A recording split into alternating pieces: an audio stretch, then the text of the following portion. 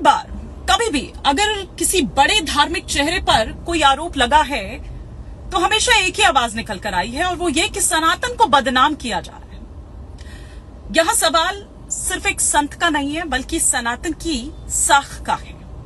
अभी हाल ही में स्वामी अभिमुक्तेश्वरानंद, जिन पर कई तरह के आरोप जो हैं वो लगाए गए, गंभीर आरोप, न केवल आरोप लगाए गए बल्कि ये जो मामला है वो अदालत तक पहुंचा भी। और ये कोई सामान्य मामला नहीं है, कोई सामान्य आरोप नहीं है, बल्कि पॉक्सो के तहत ये जो एफआईआर है वो हुई है और ये माना जा रहा है कि जल्द ही उनकी गिरफ्तारी भी हो सकती है। ये गिरफ्तारी की तलवार उन पर लटक रही है। पुलिस ने अपनी जांच जो है वो तेज कर दी है।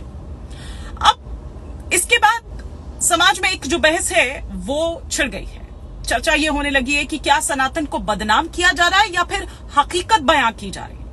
संत समाज भी आप इसमें देखिए कि किस तरह से कोई कह रहा है कि हाँ नहीं बिल्कुल ऐसा होना चाहिए, चाहे वो किसी भी पद पर हो, शंकराचार्य हो, कोई भी हो, उससे कोई फर्क नहीं पड़ता है। और ये भी सवाल उठ रहे हैं कि देखिए ये किस तरह का समाज है, एक संत पर जो शिकायत है वो इस तरह से कर रहा है। तो ये दरअसल जो अंदर भीतर खाने की संत समाज में खींचतान है वो निकलकर सामने आई है। अब सनातन को बदनाम किया जा रहा है या कानून अपना काम कर रहा है, इस तरह की तस्वीर हमने पहले भी देखी है।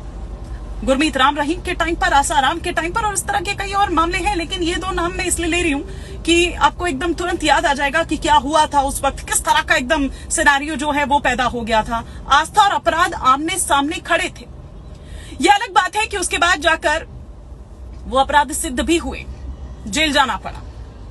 लेकिन इन प्रकरणों ने, इन केसेस ने यह भी बताया कि व्यक्ति और धर्म जो है वो अलग अलग है।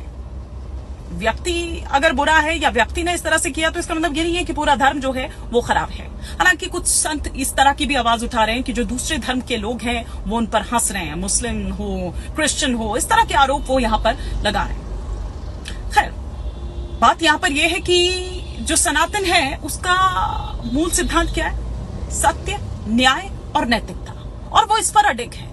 अदालत अपना काम करती है, अदालत अपना काम करेगी, लेकिन जनता के बीच जो एक सवाल शायद उसके बाद भी रह जाएगा वो ये कि धर्म और व्यक्ति को अलग अलग कैसे करें। मैं आपसे ये जानना चाहती हूं कि आप इसको किस तरह से देख रहे हैं। सनातन को बदनाम किया जा रहा है या कानून अपना काम कर रहा है? सनातन कहां खड़ा है? आपकी जो भी राय हो उसे कमेंट बॉक्स में बताइएगा।